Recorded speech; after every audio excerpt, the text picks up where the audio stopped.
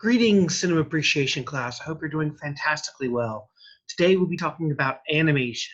I come to you from my office. If you ever want a tour of a pop collection, and you'll note that most of my pop collection behind me is actually signed from the various work that I do on movies as a cultural consultant on African, Oceanic, and pre-Columbian cultures around the planet. So some of my favorites I've pulled aside. Sometimes people are interested in seeing kind of who I get to work with and some things I get to do.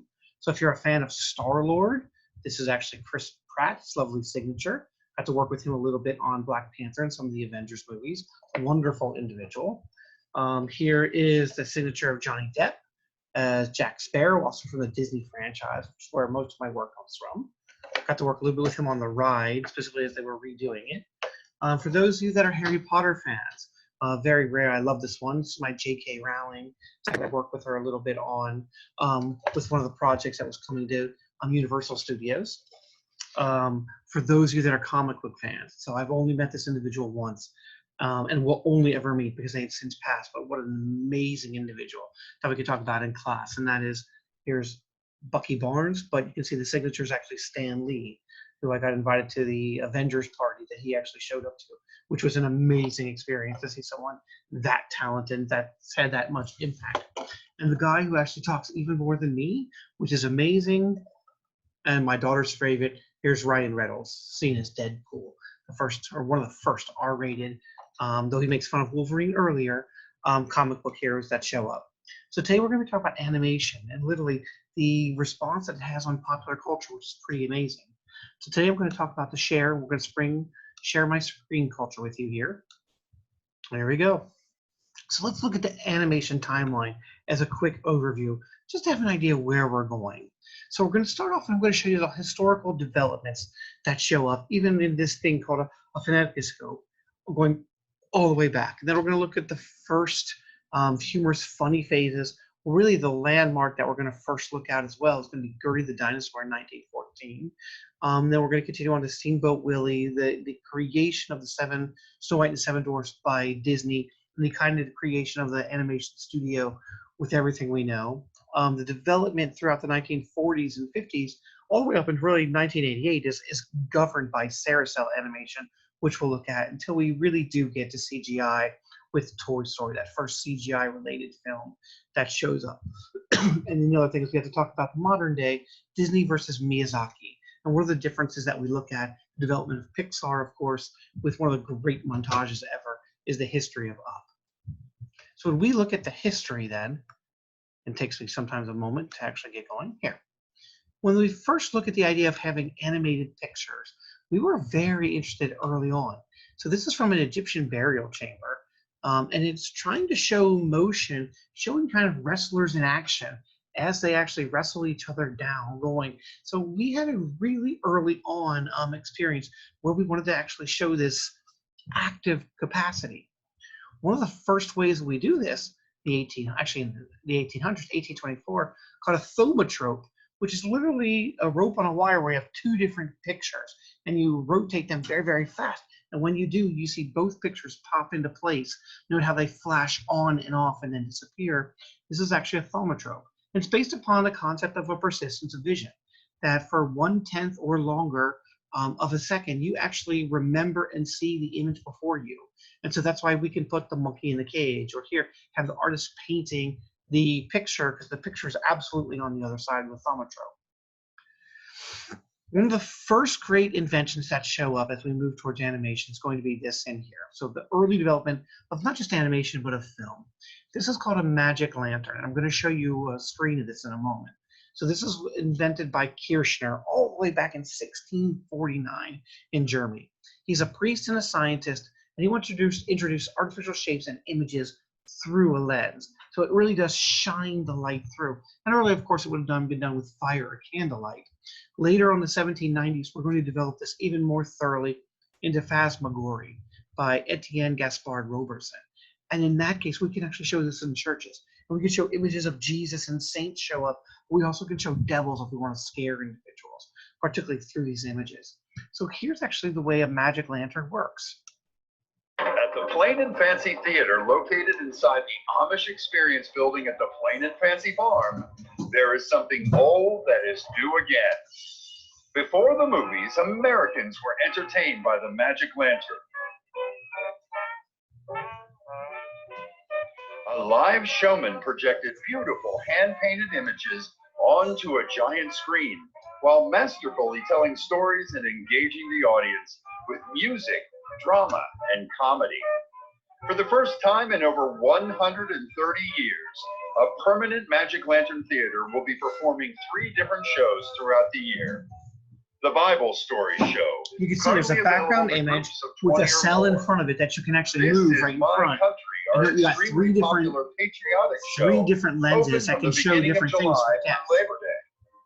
And finally, A Christmas Journey, our highly acclaimed holiday show that runs from the day after Thanksgiving through New Year's Eve. I love this show. I love this show, and I love it. And so that's a magic lantern. Later on, the projection of the magic lantern is going to turn us into Emil Cole's The Phantasmagorie in 1908. And you'll notice this is about the first animation that we truly have.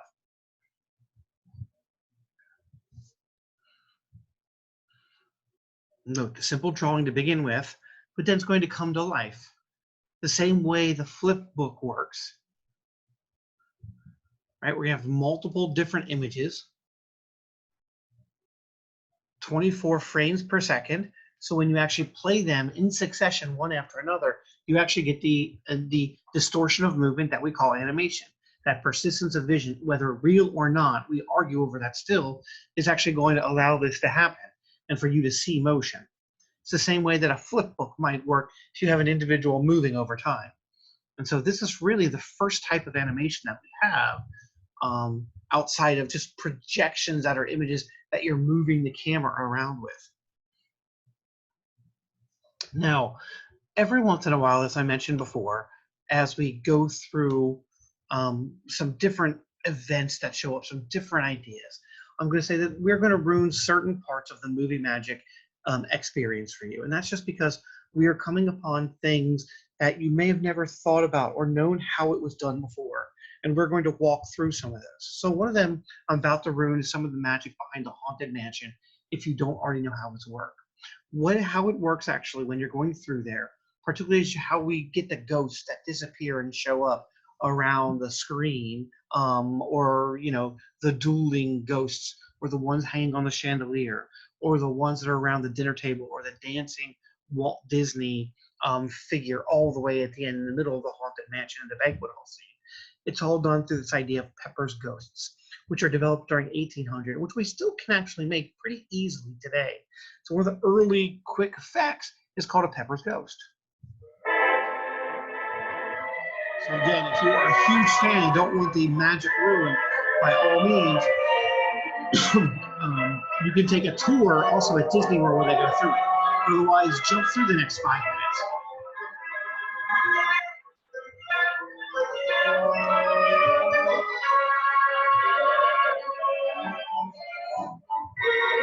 So here's what's called Pepper's Ghost. And we're basically just going to use a reflective piece of glass that is going to absorb some of the light and reflect other aspects of the light. But it only reflects half of the light, then we're actually going to get the half of the light projected so we can actually get a see-through or transparent object. And if you go on the Disney tour, this is what they'll show you. They'll walk you through how it works. So here's the scene over here. The Doom buggy is actually right above you up here. And you'll note this is the dining room table, so you can actually get the see-through aspect. This is why people are behind particular aspects. Right? So the Doom buggy is way up here. The lights and everything take place down here, so it reflects through these glass planes, absorbing part of the light and allowing part of the light pass in. So they're real figures that are set up at whatever height they need to be set up, so that you can have height variations coming across the dining room table. And the same is true with the dancing figures. Right? If you don't want legs, you create and suspend a person who has no legs. So as you go through, you'll note figures will come on and off based upon when they're lit behind the glass and when they're not. So if you want to make them disappear, you just turn the lights off in the glass and you routinely pop them back on. That will give you the illusion of them just appearing out of thin air. So this is called a Pepper's Ghost. A very effective technique, not just for Disney's Haunted Mansion, or Haunted Mansion, but also for showing horror impacts for Halloween in your own house. Note, see how they appear transparent? There's only half the lights coming through that reflective glass.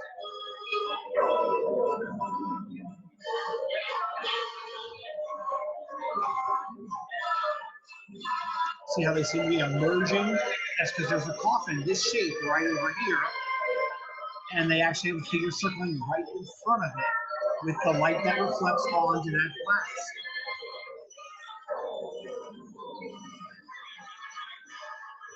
And by reflecting different color of lights, then you get different color of ghosts that will come through.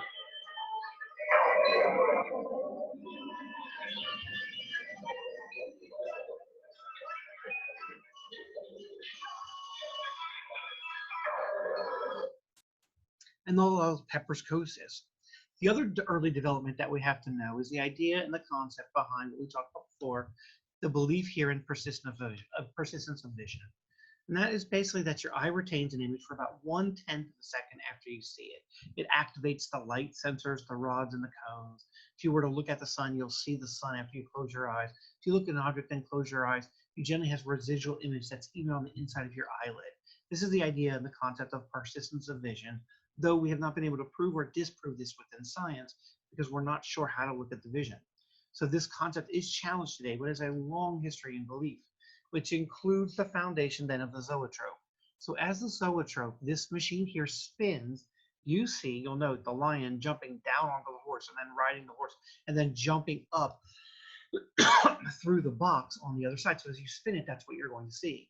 This is all based upon the early scientific experimentation then of this particular artist over here. If you're interested, his name is Edward Muybridge, where he took successive images about 1 every 10th of a second for a horse and of other people and other things moving in space. So when you play it together, it looks like they're running. So here's a Muybridge, which basically on some level asking the question, is this the first real movie ever? If you play it at 24 frames per second, you'll note each line is when a different photograph was taken. And so eventually when you speed it up to full speed, you actually get what looks like motion of the horse. Now this developed into the idea, or the two came along with the zoetrope, which is probably the best pure form of animation. So I want to show you one that both Studio Ghibli did about anime within the process coming out of the studio of Miyazaki, but then based upon that, how Pixar actually has shown their own zoetrope that you can come and see today. How animation works is it's a trick. When you go to a movie, you're basically seeing 24 still images every second. It's like a flip book. As I flip through here, you can see that each drawing is a little different than the last one. And then as I flip through at speed, the illusion of movement is created. Pixar really wanted to show the public how animation works. And one of the ideas to do this was to build something called a zoetrope.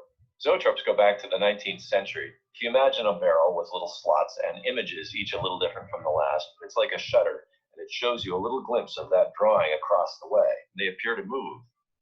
Studio Ghibli has this amazing three-dimensional zoetrope. John Lasseter had seen the zoetrope there, and I think he said, I've never seen an object that so well describes the basic premise of animation.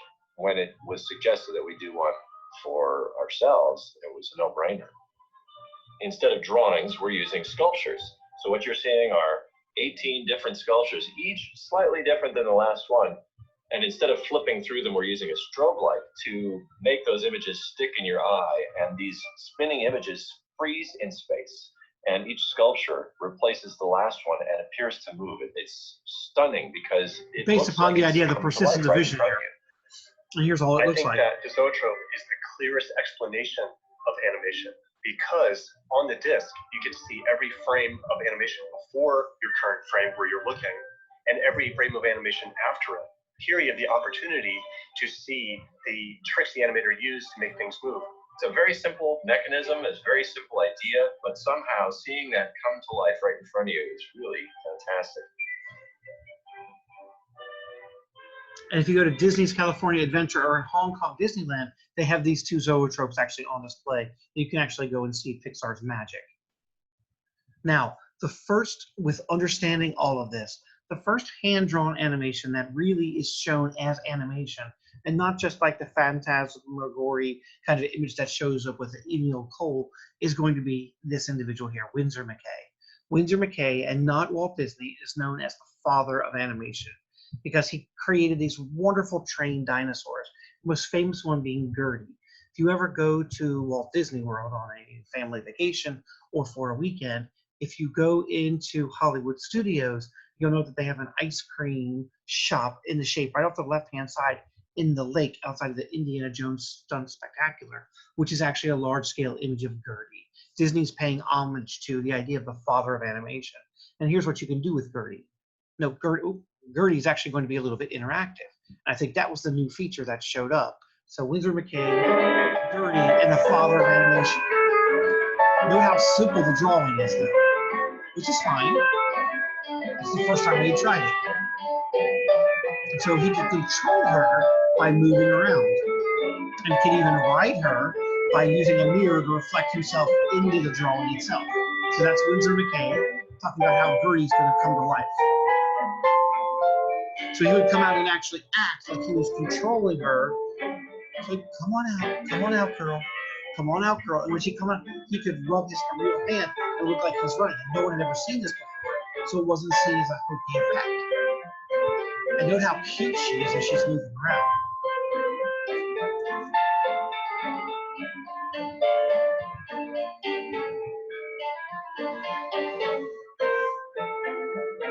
See, she can dance, she can sit, she can swim.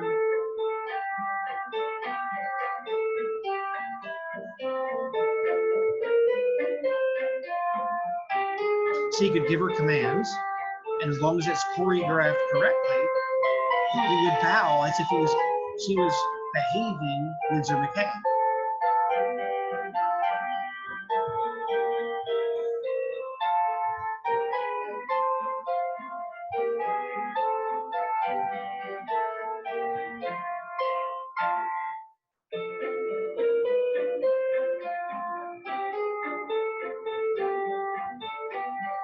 Remember, if you took a different piece of film and filmed yourself, you could cut yourself out doing whatever you want, and you could disappear, say, all right, Gertie, I'm going to come ride you, and then you could actually have yourself show up on Gertie's back because you could just cut and splice the pieces together. Remember, that's a form of editing we talk about with animation. So you could actually glue yourself moving around on top of Gertie. So, and then you could come out later on and say, thank you for the ride, Gertie, and everyone was amazed that you went into the cartoon.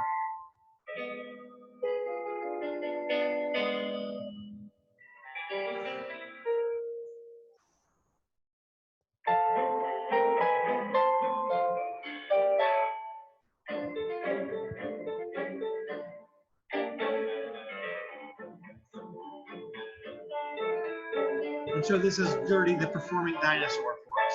It's like you have your own animation that's set up. The other thing before we get into Disney that talks about is the idea of Laugh-O-Gram Studio. So in 1923, Laugh-O-Grams, which basically had these multiple different characters that showed up, and a little girl that would often play individually with these by splicing them all together, right? You have a back screen of animation, a front screen, so you can actually do the projection together. They went bankrupt, and its owner at this time was Walt Disney.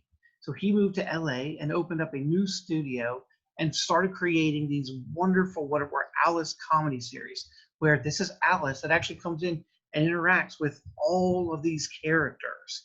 And they became the first time we really have live action girl interacting with numerous cartoon characters. So don't think that was Who Framed Roger Rabbit from 1988. That is long the process of animation. So while Disney Studio is known for its releases being strictly controlled by Walt Disney himself, Warner Brothers, and that's why you have so many more characters for Warner Brothers, allowed its animators more freedom, which allowed for their animators to develop more recognizable personal styles, also more emotional outpouring than the strict control that Disney had over its five main character called the Fab Five. And really with Daisy, there's 6.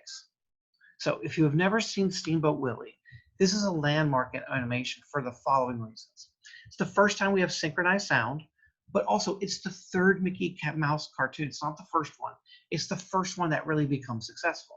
So if you've actually never seen Steamboat Willie, I'm going to give you the opportunity.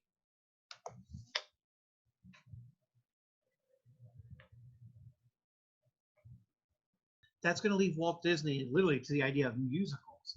That eventually is going to leave him to the idea of Fantasia. So he's also, besides inventing sound then within animation and a musical studio, he's also going to invent the 3 full-color Technicolor method, which wins an Academy Award. So the idea that it shows up in color for the first time is also a Disney innovation, far before most films have approached color with The Wizard of Oz later on. His first major accomplishment then, besides Steamboat Willie, is going to be trying an entire film, a feature-length film, and taking basically an old fairy tale with a very negative ending and Disneyfying it, making it a wonderful, beautiful, kid-friendly element that shows up that we know and love of Walt Disney Studios. So, no, it's still fairly dark if you actually watch this compared to any of the more recent Disney films. So this is from The Vault. This is the original trailer of Snow White from 1937. One of the most important films of all time. Look at the beautiful backgrounds of animation. Again, there's 3 levels of animation in the cell. There's the background image, there's the mid image, and then there's the foreground image, generally with the characters moving around. And those are beautiful, gorgeous backgrounds. We're also going to see those in art forms by Miyazaki.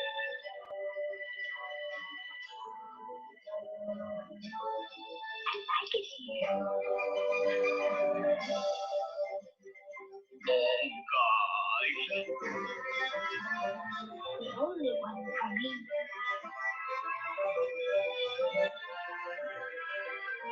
And so this film becomes so commercially successful for both an adult and a childhood audience. It's mesmerizing, kind of the way Avatar was for probably our generation.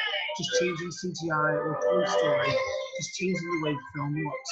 That Disney actually hired full-time animators to do backgrounds, to do costumes, to do research, and a full-time storyboard staff, which no one ever had for animation before. So it really does start the animation industry with the success of Snow White. And it's all based upon the idea of cell animation, where it's based the process of first drawing each frame of animation onto paper, then transferring these to acetate sheets. And acetate is what we call a cell, short for celluloid. So you could actually put multiple different images that get colored in on top of one another. So you could have fixed backgrounds, moving backgrounds. You could add wind, depending upon how you want to mix and match those. 2 or 3 levels of acetate for each scene that you're going to be drawing.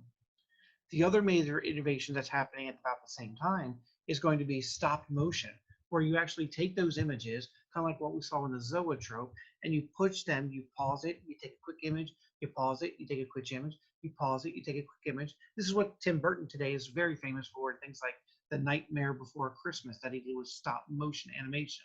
The real huge step forward was really the terrifying, at least at the time period, day when they did King Kong in 1933 of stop motion. Ladies and gentlemen, look at Kong, the 8th wonder of the world. When Kong first roared his way onto the silver screen in 1933, it was undoubtedly true that he was the 8th wonder of the world. The film is a giant in every way, from its ambition, to its story, to its special effects, and it was a film unlike the world had ever seen. Even with modern techniques, creating impossible images is still difficult, but it's not quite as difficult as the task of creating Kong in the early 30s. In the 30s, For this that, is terrifying. visual effects supervisor and stop-motion pioneer Willis H. O'Brien created some of the most cutting-edge techniques at the time, and by combining miniatures, mats, stop-motion and puppetry, he invited the audience into a world where the impossible really could exist, where there really were lost jungles full of dinosaurs, and where a giant ape really could climb the Empire State Building. Let's take a look briefly at the state of special effects right up until King Kong and the near-technical revolution required to pull off one of the greatest spectacles. So this is considered a form of animation. Hello and just so welcome we to know. 100 Years of Cinema. We'll be taking a look at least one film each year from 1915 onwards to track the evolution of film over the last century. This is the first special effect in cinema history and the beginning of a new branch of cinematic language. Today it's easy to see how the effect was done, but at the time audiences had never seen anything like it, and they believed that they were seeing a real execution. A year later, a French magician called Georges Méliès was filming the traffic in a busy Parisian street when his hand-cranked camera momentarily jammed. And although the celluloid inside had stopped, the traffic had kept moving. According to his memoir, when he reviewed the footage, a Madeleine Bastille bus had changed into a hearse, and women had changed into men. The substitution trick, called the stop trick, had been discovered. He used this effect for the first time in The Vanishing Lady in 1896, and it would become the basis for some of his most iconic films. In 1897, Albert E. Smith brought the stop trick to its logical conclusion with the invention of stop motion in his now lost film Humpty Dumpty's Circus. Over the years, we would see stop motion develop, the movement becoming smoother and more complex until it gave birth to some of cinema's most fantastic creatures. A major leap forward in stop motion came in 1918 with The Ghost of Slumber Mountain by Kong creator Willis H. O'Brien. It was the first film to intercut stop motion with live action footage, creating the illusion that the dinosaurs on screen existed in the real world along with human beings, a concept that O'Brien would make major developments on in King Kong. Other early special effects included double exposure, which meant running the same film through the camera twice, capturing two images on top of each other, and it could be used to create ghostly apparitions. One of the most important tools in early special effects was the matte, shooting through a plane of glass with sections blacked out, leaving parts of the film underneath unexposed. The film was then rewound and used again, shooting through an inverse of the original matte, allowing light to only reach the previously unexposed parts of film. The result is that two separately captured images appear at the same time within the frame, a kind of film within a film. This process was used extensively by early filmmakers like Méliès and R.W. Paul, but it had one major drawback: it could only be used in static images. To create a more dynamic effect, a new process was developed, the traveling matte. First, the actors were filmed against a black background, and by repeatedly transferring the footage to a high-contrast film stock, you could create a silhouette, which could then be used as a matte when shooting new background footage. It allowed filmmakers to transport actors into new worlds or to put them in dangerous situations. The same way we use green screen today. Glass painting, where scenery was painted on sheets of glass and placed in between the camera and the actors to create impossible scenarios, or the Schuften process, which used angled mirrors to create. We'll see this later. This is actually the city. This is Metropolis. Environments. By the 1930s, visual effects had reached the point where they were capable of creating some truly spectacular images. But what made Kong so special was how it combined effects under direction of O'Brien to create a larger feeling, more realistic world. To create the illusion of a dense jungle, O'Brien combined layers of glass painting, physical miniature models, and matte paintings to give Skull Island incredible depth. Animating between these layers put Kong in a realistic, three-dimensional world. Kong himself was the result of several different effects. For the stop motion alone, 4 different puppets were built, from aluminium, latex, rubber, and rabbit fur. Just the stop motion of Kong is enough to sell the illusion of a living, breathing monster, but these effects were supplemented with other, larger models. A huge mechanical head and shoulders of Kong, made from wood, metal, and bearskin, was intercut with Fay Wray as she was tied to the sacrificial plinth. Cutting back and forth placed the actor and the model in the same world. The same effect was used with the giant Kong arm that comes through the bedroom window, being cut against the stop motion of Kong climbing the building outside. But this combination of actors and stop motion went further than just simple cuts. By developing a new kind of rear screen projection, O'Brien could project footage of stop motion puppets directly behind live action actors, allowing them to react and interact in real time. Which is how we do it in today's modern day world, in Avatar and other individuals. The most individuals. famous example is Anne sitting in the tree watching Kong fight the T-Rex. Initially, a stop motion Anne is swapped out for the real thing, and then the actress sits in front of a projection, reacting to a battle she can really see. When the explorers are being charged by the Stegosaurus, they can time their actions to the rear screen projection. So a smoke grenade thrown by real actors perfectly syncs to an explosion already created in stop motion, and the whole thing is captured in camera in one take. This kind of rear screen projection was perfect for placing live-action actors in front of stop-motion footage. But what if you wanted a live-action performer inside the stop-motion world? For this, O'Brien developed a new technique, which rear screen projected live-action footage on miniature screens placed within stop-motion sets. The live-action footage was advanced frame by frame, while the models were animated in time to the actors, and the whole process was captured on a single reel of film. By projecting the footage in by an angled mirror, you could create dynamic shots, with models moving around your actors without ever creating a shadow on the screen, creating the illusion of a real-world space. With this technique, you could have Kong reaching over the edge of a cliff to grab Carl Denham as he hides in a cave, and have the two convincingly interact with each other. Or project a real Fay Ray having her clothes torn away by wire, sitting in a life-size Kong arm, behind a miniature stop-motion Kong, so it looks as if the model is really tearing off the actress's clothes. These effects came together in the most spectacular way in Kong's layer sequence, mixing stop-motion, matte paintings, miniature sets, and two separate rear screen projections of live-action actors to create one of the most elaborate special effects setups ever seen in film, giving a real sense of a fully developed world. This shot perfectly exemplifies what a technical marvel the film really was. King Kong is a work of genius built from 1,000 intricacies. Every element, every matte, every puppet, every background was put together with such love and thoughtfulness that the film still stands up as some of the greatest special effects work ever committed to film. The lesson to take away is this: if you're a filmmaker, don't rely too heavily on any one technique. Use the diverse array of tools at your disposal to tell your story in as many ways as possible, and you can build a world that feels real. Look at Kong.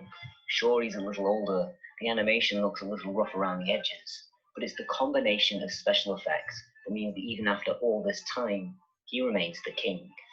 Hey, thanks for watching 100 Years of Cinema. My name. And I think that's one of the most amazing things about Kong, is that it does actually, yes, it looks dated, but think about all the different elements. And so we've gone from Georges Méliès and the Voyage of the Moon to really creating a three-dimensional aspect where the creature can reach in and move and have rear action. We can have live action all at the same time. And this is a technique that was largely dying. So we have the idea of Tim Burton basically coming back and saving the idea of stop motion. So it was an almost a dead art form. In the 1990s, movie making made some serious changes. Special effects were growing increasingly more realistic thanks to computer animation. Movies like Terminator 2 and Jurassic Park showed that computer animation could not only fill in small sections of film, but could be a major part of film production. That left older styles of special effects out in the cold. Like those clone effects we just talked about. Which was stop motion animation. Stop motion had been a giant staple of film history. Films like The Lost World, King Kong, Godzilla, and of course Jason and the Argonauts all used stop motion to create a reality only dreamed up in our imaginations. These were fantastical films, and stop motion animation was taken seriously as a tool worth using to create an alternate reality. Starting in 1964, stop motion bent reality on TV, with Christmas specials like still one of my favorite Reindeer, Christmas specials of The all Year time. Without Santa Claus, and Jack Frost. But by the end of the 1970s, stop motion was only relegated to TV Christmas specials. The art form maintained a type of stigma. It was an old style of filmmaking, something of the past, only meant for Christmas stories on television, or at least in the United States. Stop motion became popular all over the world, especially with the Soviets. Films like The Pied Piper of Hamelin were simpler movies to shoot outside of Hollywood, since there was no need for giant sets or shooting locations. It wasn't until Tim Burton came along and took the stop motion style to a different place that it started to be taken seriously once again. Playing off the idea of Christmas TV specials, Tim Burton's Nightmare Before Christmas was released in 1993. And also one of our top 100 films of all time as well. A mild success at the box office. The film's director, Henry Selick, had done just a little bit of work in stop motion before taking on the project, but his camaraderie with fellow Disney alum Tim Burton kept him patient in the long process of stop motion. With over 2 years of filming and over 225 puppets, the film was like nothing ever made prior. It was such a large undertaking, but would eventually pay off. The film's mild box office success grew into cult status in home video release. Selick and Burton would continue their partnership with James and the Giant Peach in 1996, solidifying even further the animation world's newfound interest in a classic style. Stop motion didn't only have a new purpose with the animation world, but coming out of Tim Burton's mind, these were no longer Disney fairy tales. Like how Pixar was telling hip, cool new stories with computers, stop motion was telling fun new tales in its own way. Sure, films no longer needed stop motion dinosaurs in Jurassic Park, but that was okay. The Nightmare Before Christmas had shown that the art style could pivot into a new stream of revenue. Puppeteers were no longer being hired to create characters for 5 minutes of action in a live action film, but they were creating entire worlds, multiple characters, and interesting stories that took over an entire 90-minute run. In the 2000s, we saw films like Chicken Run, which was financed by DreamWorks Animation, Disney's rival. Burton returned with a new story called The Corpse Bride, and he would go on to make his long-lost short film into a full-length animated film, Frankenweenie. A new company, Leica Animation, debuted with the 2009 film Coraline and is solely doing stop-motion animation. And other popular directors got in on the action, like Wes Anderson doing Fantastic Mr. Fox. Nowadays, stop-motion animation is just as normal as their hand-drawn and computer-generated counterparts. Movies like the Lego Movie, Kubo and the Two Strings, and Isle of Dogs all have roots in over a century of artistry, but they owe their popularity of stop motion to The Nightmare Before Christmas.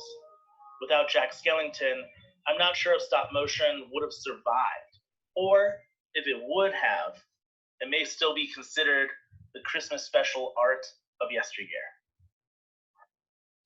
And so, as we developed, one of the things to consider then, we look at a different animation, is the idea of how CGI has changed. And so, show how far animation has come just in the last 20 years with Pixar. Here's a great overview of all the new developments that have happened with animation. With the development of computer technology, it's been really remarkable. There's no place like home. This is a dog in 1995's Toy Story. It was a staggering achievement at the time, but the detail in the fur just isn't there. Compare that to this cat in Toy Story 4. The difference is clear. But getting from that dog to this cat required a lot of innovation in between. Pixar forever changed So animation imagine where in we will be in the 1995's next 20 Toy years. Story. This is one of the 100 most important films of all time With because Toy of that. Story 4, it's proving that it's far from done changing the game. Between 1995 and 2019, Pixar has made 21 feature-length films, 4 of those being Toy Story movies. When Toy Story was first released in 1995, nobody had ever seen anything like it before, and in order to bring it to life, the animators had to do some unbelievable things. And one of the most important factors in how Pixar makes its magic happen involves rendering. Rendering saves the computer image to the perfect finished image or video frame with lighting and motion effects. In order to render Toy Story, the animators had 117 computers running 24 hours a day. Each individual frame could take from 45 minutes to 30 hours to render, depending on how complex. There were a total of 114,240 frames to render. Throughout the movie, there are over 77 minutes of animation spread across 1,561 shots. They had to invent a new software called RenderMan to handle all this footage. These guys are professionals. They're the best. According to producer Jonas Rivera, if they had to today, they could render Toy Story faster than you could watch the entire movie. However, the complexity of Toy Story 4 means it can take 60 to 160 hours to render one frame. And there were a lot of Remember, there's 24 limitations. frames For per instance, second. at this time, Pixar hadn't quite figured out how to fully animate human characters. Animating clothes was time consuming, so you'll notice a lot of shots of hands and feet in the movie from a toy's perspective. Additionally, they would sometimes choose not to fully light characters, so you wouldn't see any missing details. More on lighting characters and fully clothing them later. When Toy Story 2 came around in 1999, they had some time to work out some of the kinks, especially with 1998's A Bug's Life in between the two movies. In this sequel, you'll be able to see more visible, fully formed human characters. One key thing the animators were starting to figure out here to help them tackle humans, smoothness, which they got practice on in A Bug's Life. Here you can see the improvement in just a few years. They wouldn't be ready to have a fully human cast until 2004's The Incredibles. But before mastering humans, they stepped into fantasy with 2001's Monsters, Inc. Note the fur here, which is amazing. They developed a separate program for it. Fur head on. Fur is hard to animate, whether computer generated or stop motion. This is because it involves animating thousands or even millions of individual parts of a character's body. In the VFX world, characters are designed, then rigged, by adding points of movement which can then be manually manipulated. While limbs are typically manual based on the scene, something like fur needed to be automated since it would take a lot more time to move each individual strand of hair. A Bug's Life, which centers on insects, didn't have a need for fur, and there is a dog in Toy Story, but as you'll notice, it's pretty smooth, as is the dog in Toy Story 2. Sully, who's tall and covered head to toe in fur, has over 1 million hairs on his body, but it's not just how it looks. The animators had to get all of those hairs to move.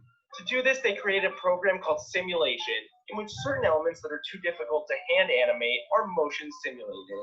See, instead of looking at Sully's hair as a whole, they looked at each strand as a distinct particle. They had to look at every kind of force that would act on those particles, and thus how each one will move in reaction to them. So if you want to work at Pixar, you might need to know physics. They also found real-world fur on different animals, like llamas, for reference. By doing this, they found the best way to make hair look and move realistically is to clump it together. Monsters, Inc. laid down the technical foundation, which allowed Pixar to have over 250 furry monsters in the sequel, Monsters University. The tools at their disposal also helped them create fur on animals seen in Ratatouille and Up, the moss on the submarine from this scene in Finding Nemo, and the grass on the ground in Cars. Pixar's next movie, 2003's Finding Nemo, also required the animators to create things they'd never put on screen before. This time, they had to figure out how to make a movie set largely underwater. Once again, science and real-world references would help them out. Just as they did with hair, they broke down the water as much as they could to get it right. According to director of photography Danielle Feinberg, they started with a real-life underwater clip, recreated it in the computer, and broke it down to find the most essential elements. The biggest one, light, and how it travels through water. The light they created affected both the visibility and the color of the film's elaborate underwater world. And while they need science to animate certain elements of a movie, there are times where they can use artistic license. For instance, they made the water in Sydney Harbor look fairly green to fit the mood of the scene. In reality, it would not be that color. Once the environment was created, they had to populate the world. Perhaps the most challenging sea creature they had to create was Hank the Octopus from the 2016 sequel, Finding Dory. It was literally impossible for them to put Hank in Nemo, and you can see why. Creating just one scene with him supposedly took about 2 years. Character supervisor Jeremy Talbot explained that they had to break down an octopus and piece it back together again, which sounds a lot like how Pixar mastered fur and water. One thing they discovered was that octopus tentacles don't bend, but almost unfurl. And engineers spent 6 months just getting the curve of one of his tentacles right, and this was even before they mastered his camouflage. And as Pixar got better at developing the natural world, it also improved on the man-made world. By the time 2006's Cars came around, Pixar had about 1,000 times the computing power it did on Toy Story. Cars gave the animators a chance to hone their skills creating metal surfaces. As they did with the water in Finding Nemo, they took time to make the light reflect off Lightning McQueen. Those metal surfaces would then be rusted up and seen in 2008's WALL-E, often considered one of Pixar's most visually stunning works. Then when Ratatouille rolled around in 2007, Pixar combined its ability to work with fur from Monsters, Inc. and with water in Finding Nemo to display wet fur. Lighting is one of the most important factors in making CG animation look real. It takes a lot of rendering time to get it right, and it's not just one or two lights we're talking about. This one shot alone in Ratatouille contained 230 lights, but that's nothing. Jump ahead to 2017's Coco. When Miguel enters the land of the dead, he's laying his eyes on about 8 million lights. And even with a movie as visually ambitious as this one, something as simple as clothes can be the biggest challenge. A lot of the characters that wore clothes in Coco were actually skeletons. The animators found that while simulating clothing, the cloth would often get caught between individual bones, creating a wedgie of sorts. For this, it implemented a technique called continuous collision detection, which allowed the animators to spot the clothes getting caught, even at moments where it was difficult to notice. A year later, when the long-awaited Incredibles 2 came out, they were back to working with humans, skin, bones, and all. There was a 14-year gap between the two Incredibles movies, and the benefits of improved technology actually allowed them to make Jack Jack look even cuter than he did in the first movie. All of these movies would eventually lead to Toy Story 4. 24 years after the original was released, it seemed like this sequel is trying to do a lot of things the original just couldn't. The differences couldn't be more stark. While Toy Story used a 1.85 Look at how to 1 realism aspect has ratio, changed. Toy Story 4 expanded to 2.39 to 1. So what you saw went from this to this. Now that Pixar had figured out how to put fur on one character and then hundreds more, it can make the animals in this movie eye-popping. Fans pointed out that a cat in a clip for the movie looks 100% real. Compare that with Sid's dog in the original if you really want to know how far Pixar has come. Even just compare how much different it looks from the cat in Coco. In the same vein, creating stuffed animals covered in fur was not the challenge it once was, and it allowed Pixar to give Ducky and Bunny starring roles. In addition, rain scenes are not easy to animate. Just like with the water in Finding Nemo, the animators did a physics-centered, frame-by-frame analysis of raindrops. Luckily, they'd done enough creating rivers in The Good Dinosaur that bringing a torrential downpour to life was a little less challenging. Like with Jack Jack and Incredibles 2, the animators used sequels as an excuse to improve upon their classics. They didn't just give Bo Peep a new outfit, they were also able to make her look like a much more convincing doll. Years of perfecting shiny surfaces allowed them to really bring out Bo's porcelain skin. To effectively light this material, the director of photography referenced lighting of female characters in movies made from the 1930s through the 1960s. The team also realized they couldn't use square lights on Bo. Only circular lights without sharp edges would reflect well on porcelain. Toy Story 4 also gave Pixar a chance to do something surprising, go back to basics. Look no further than Forky. I don't belong here! There are no tentacles, no fur, no shiny surfaces here, just a plastic fork, but he couldn't be more real. And Pixar isn't slowing down anytime soon. In fact, they're moving onward, literally. And so when we look at that, it's remarkable the amount of changes that have happened. Actually, animation has had really kind of its heyday, or its second heyday after the original kind of creation of the Disney studios with Steamboat Willie going all the way up through the early 6 movies that actually Walt Disney himself worked on. 7, Snow White and the Seven Dwarfs, Pinocchio, all the way up to Fantasia. Then there was kind of a lull where we didn't have a lot of changes that actually happened in animation. And then we have the development of Pixar and CGI, which really does change the world within the process so much that animation's become so common. We even use it in many cases now to illustrate things such as documentary film, like this one we've seen before on the history of the United States. Now it's time for a brief history of the United States of America. Hi, boys Now, and simple girls, ready to get animation, started? but it's so Once common upon we're a actually time, there using were it in these people various in Europe called Pilgrims, and they things were to afraid. teach us. And that brings us to Japanese animation. The idea of Hayao Miyazaki, Studio Ghibli, and just the fantastic nature that shows up. Miyazaki hates the idea of calling the Japanese Disney because his films are quite different. If you go and look at Disney, there's a very easy kind of complex aspect of the good characters versus the bad characters. You know right away who's good and evil. Whereas in a Miyazaki, he plays around with both. They both have absolutely beautiful backgrounds, but Miyazaki's backgrounds generally tend to have the idea that there's an emotional element that ties in with the character itself. And he actually basically has his characters show the weird quirks in life rather than just showing kind of the normal aspect.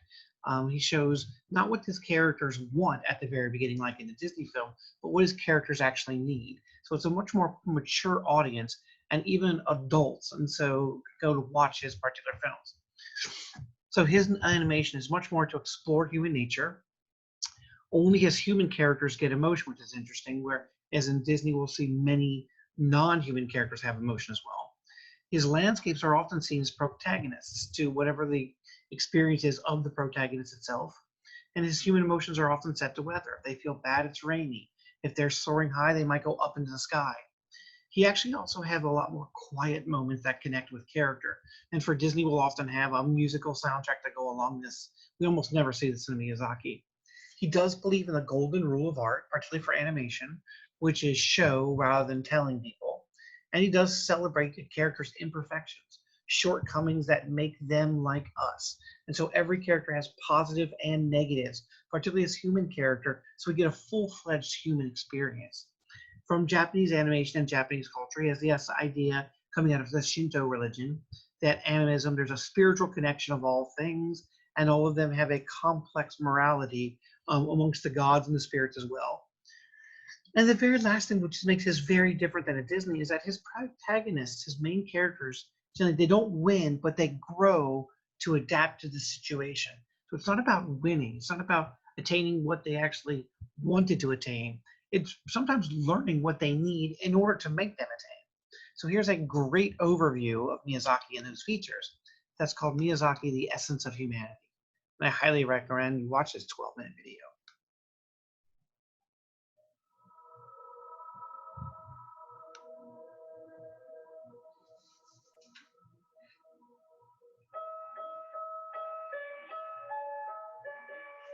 今度のスタジオを建てる時にも3階建てなんですよね。会社が反映したってしょうがないんですよね。それよりもそこにいる人間たちがちゃんと自分のやりたいことと面白い映画を作ろうっていうことが最大の目的で。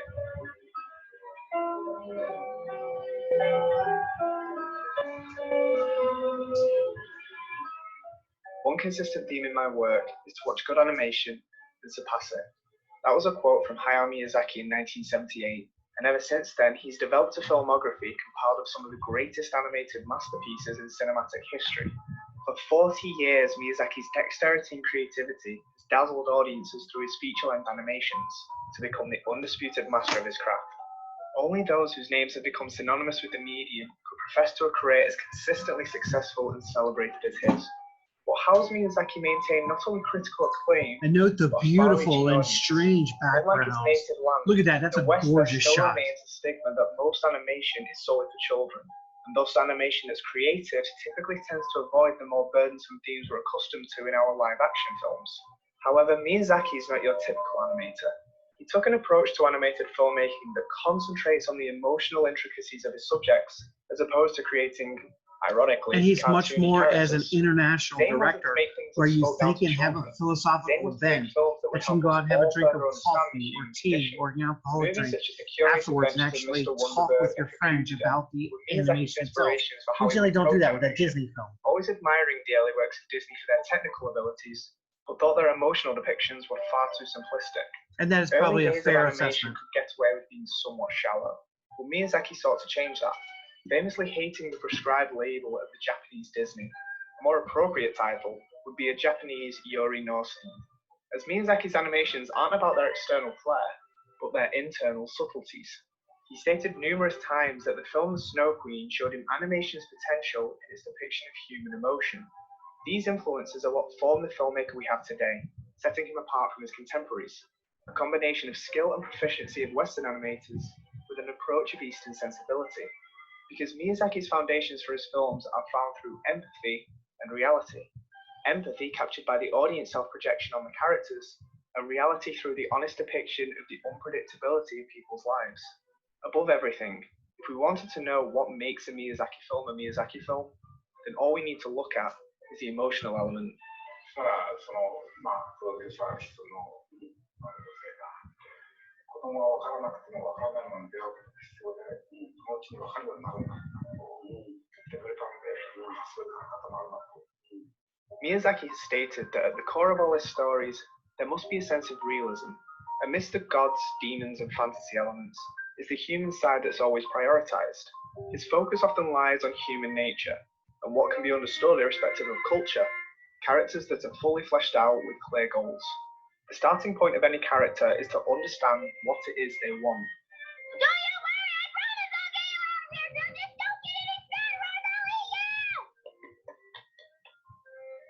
Make it clear what your character wants to achieve, otherwise they'll have no obstacles to overcome. Keep it simple. Lupin wants to save Lady Clarice. That's all we need. You've got an objective, but none of it matters if your characters have no three-dimensionality.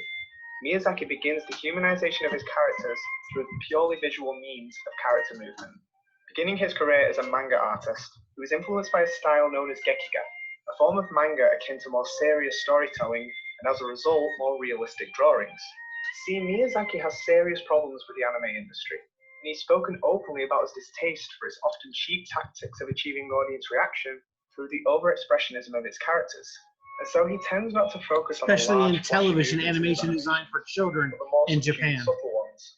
The characters he presents to us come with familiar idiosyncrasies, whether it's someone walking on their knees to avoid treading on a carpet, or a little girl tapping her shoes to ensure they're on correctly. It's actions like these that enrich the characters of Miyazaki, as it often can be something as simple as the minutiae of an action that can emphasize who that character is. His characters can be extremely expressive at times, and the quality of the animation most definitely helps this. But for the more indistinct actions, we see characters who don't have to think about what it is they're doing, so we get a chance to see But note how characters beautiful essentially at their most the primal, background spend time landscapes on are. arbitrary His actions, characters are and it actually shows us fairly how that character cartoonish, thinks except for and the how they emotional approach things. quality. Are they And that is careful something and that Disney, precise, actually, if he or combined that with clumsy and Disney, stubborn? would make many of his Small films details even at better. such a precise degree is what make Miyazaki characters feel human, because we recognize the basic tasks they perform that other filmmakers wouldn't include, and we gain emotional insight to a character when they're at their most recognizable. But the reason Miyazaki is able to capture the nature of people so well is because, above all else, he understands people. She's kind of a lazy bum for her, which is exactly the way that my favorite 10-year-old girls are. You lazy bum, I want to tell them, but I know their inner resources are as rich as Chihiro's. Miyazaki studies people, and his comprehension of human behavior is displayed through the plethora of actions within his characters. He never reuses the same expression, even with something as basic as running. His character actions have innumerable variations, as their behaviors are drawn through what the And that's very different than Disney and kind of most contemporary. Once you're sad with the same image, or happy in every scene, the face looks the same. With the implementation of this technique, the character never loses their vitality. Miyazaki's animation should be watched from the perspective of our own lives, because his goal is for us to understand ourselves better through the people of his stories. The truthfulness of his characters is how this is achieved. A character like Mei is single-minded, and Kiki can be rude, but character imperfections are necessary for realism. Audiences can't identify with someone that's been written to be perfect. We need some commonalities, and character shortcomings are a requisite for this. Nobody's perfect, and Miyazaki enforces a vital rule when making any character. Just because they're the protagonist, it doesn't make them infallible. It's another example of how Miyazaki gets us to realize our familiarities with characters. Who doesn't remember clutching something close when you were nervous, or holding grudges because of a jealous tiff? Nostalgia is prevalent in a Miyazaki animation, with characters often being representations of something we discarded in growing up. That feeling of yearning for a time past is experienced by all of us. However, in a Miyazaki film, we use a surrogate for this emotion and enjoy a world of unique experiences. By having his characters magnify the elements of ourselves that we recognize the most and present it to us in such a realistic manner, these characters become humanized. And humanizing is the way Miyazaki develops an empathic bond between the audience in his films.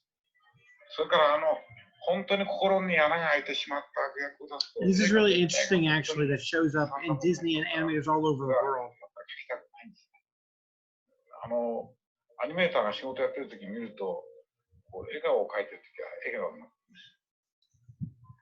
す。それから悪役を描いてる時は大抵嫌な顔して描いてますから、なるべく笑顔の方が長い方が映画としてはいいと。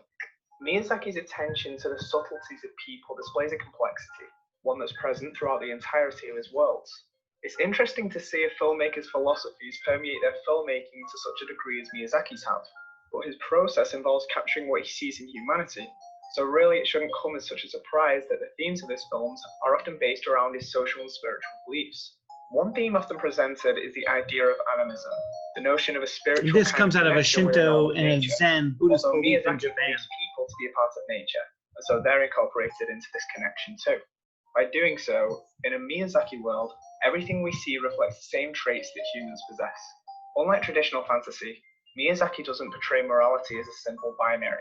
The dichotomy of good versus evil isn't present in these films. Everything and everyone displays elements of tenderness as well as elements of savagery. Nothing in the world is simply one or the other. It's an amalgamation of all emotions within the spectrum. The same way Lady Eboshi wants to destroy the forest, yet at the same time houses the sick and gives the inhabitants of Irontown a good lifestyle. And this makes Miyazaki Miyazaki proposes a very theme of morality unique, that's complex. in that he It's shows not shown to complex repress the morality negative in aspects an of humanity, animated feature. because they exist all around us. It's part of nature. Brutality and tenderness coexist without any contradictions in these worlds as they do in our own. This realism avoids pandering to an audience to give an unflinching view of our own existence. But the message we see is that the story is never about the protagonist winning. It's about the protagonist adapting and growing to a world that isn't built around their needs. We're confronted with harsh And realities. that's very different than However, Disney, they're where we addressed look so for that the something win at better the may end and how are rise. they going to get to that. Many animations end with everything tied in a neat bow, saved by a deus ex machina that solved everything. But there hasn't really been any development of the character. They achieve their goal without overcoming any long-lasting personal obstacles. On the other hand, Miyazaki characters never end as the audience expected. They begin flawed and remain flawed, but their experiences have helped blossom their outlook.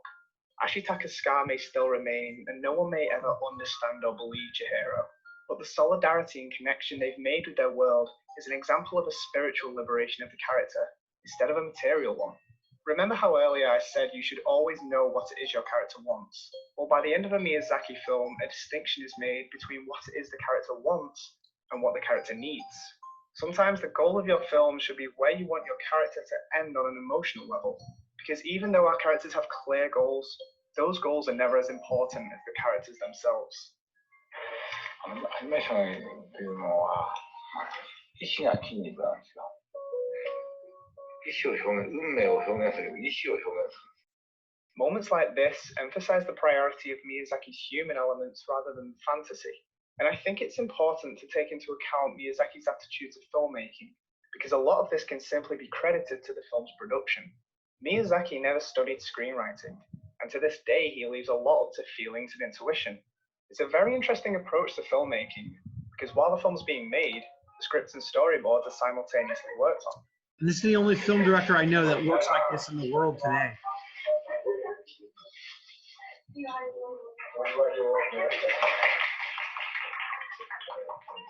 What effect does this have? Well, because no one knows how the story will end, it's never made the primary focus. Instead, many scenes are planned out individually, not as story threads, but simply as methods of conveying emotion. It's a technique wherein if all we saw was the one scene, we would understand all of the emotional information that was there. To achieve this, Miyazaki simply continues to draw settings that evoke feelings. He's never concerned about plot in the early stages. Emotion is the key, and it's important to instill this in the audience before anything else. The reason as to why his films create atmospheres so well is because the imagery takes precedence, continually altering them during pre-production with no other objective than to have them make us feel something. The impression of a landscape is dependent on the emotions of the person viewing the landscape. By displaying the world through the emotional perspective of the character, the world can reflect this emotion back. He rarely uses flat landscapes. His settings are typically in valleys, coves, or even the sky. Human sensibilities are often connected to the weather. All of these meticulous details are what fill the screen. And so when we wonder why Miyazaki films And feel that's that actually big, borrowed by that Kurosawa, really using calm, the weather it's as an because element Miyazaki in your has film. taken the time to find Another the best Japanese way to director replicate from whatever classical mood cinema in the character emits 1950s. from his worlds. Sentiment is what seeps from the pores of a Miyazaki film. Even the pacing is used in such a way to heighten the response of the audience. The fact that Miyazaki uses many high-octane moments, it requires the slower ones in order to let the emotion. We have talked time about to that sink with in. kinetics, Western kinetic animation versus seems to be stasis. the antithesis of this, very rarely slowing down the action and almost never having the quiet moments that Miyazaki seems to often utilize. See, I often find silence and stillness to be the reflective moments of cinema, periods in which your audience shares a moment with your character simply to figure out their situation, or perhaps in turn project their own feelings onto the character. Miyazaki will often let time slowly pass by for our characters, in the hope that the connection we've made with them is what speaks at that moment. We may wait at a bus stop, or we may travel along a silent train journey, but through the minds of our characters we've related. It doesn't need to be explained. We know exactly what they're thinking.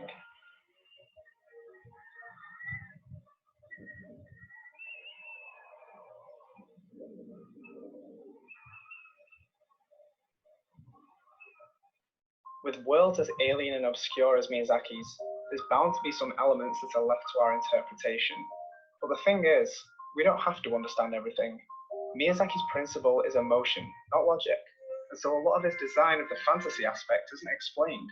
The reason for this is because an object is likely to attract our interest when we can't explain it. The creatures that Miyazaki creates are often ambiguous in their actions. We don't know what they're thinking. The more that thing is anthropomorphized, the more we're able to empathize, but the less intriguing it becomes. Miyazaki reserves empathy for his human elements and mystery for his fantasy elements. Sometimes it's better not to offer explanations, because giving a reason doesn't clarify the problem.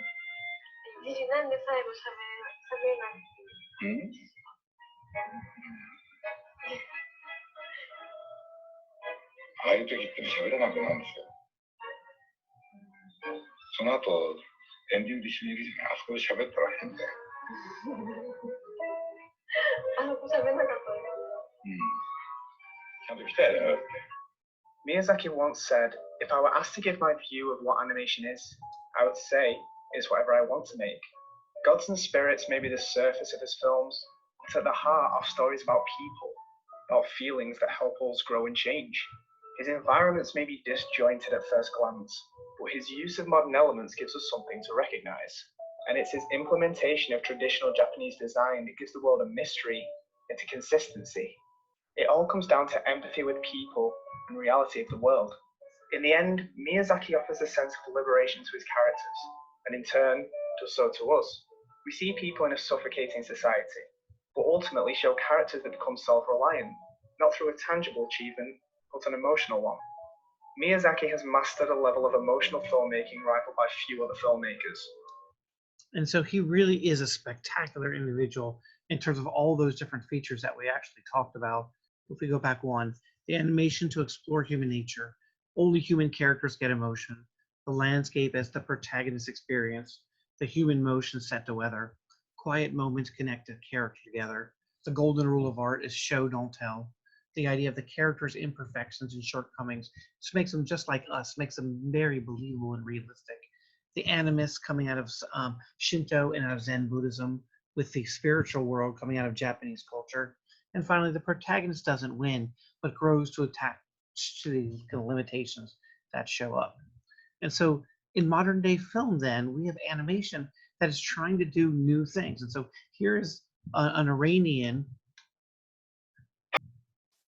and then here's another one by Paprika. So different parts of the world are using this actually for social kind of innovations, the same way we use it actually now in Michael Moore's film for documentary, try to explain different situations. So it doesn't have to be a purely entertainment.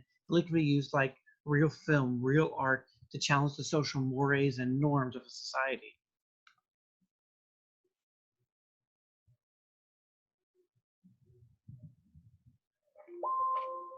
Another highly recommended one I would mention is Paprika here.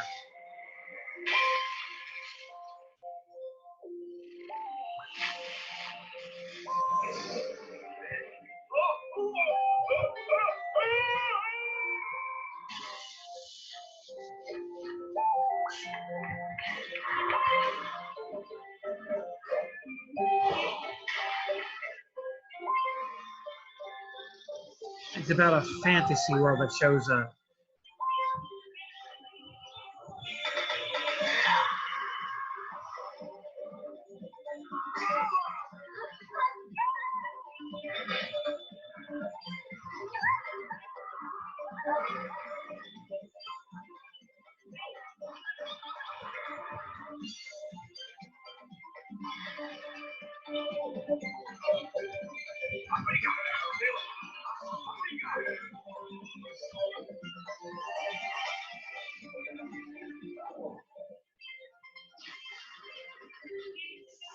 And I highly recommend actually seeing films from around the world, particularly for animation, because the quality and the goal of what they're trying to do on a philosophical level, rather than the battle of good versus evil, which Disney does very well, and I love the experience that I've had with Disney, is radically different around the world.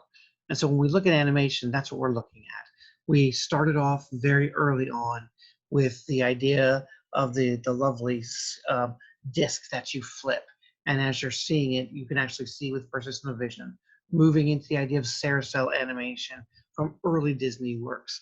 We had the idea of King Kong really establishing and nearly perfecting stop motion with Tim Burton saving that later on. Today we've moved into a CGI world, but we have other individuals around the world that are creating other worlds around the world that are creating different worlds and elements to deal with real world human issues from an animation perspective, which people find very engaging.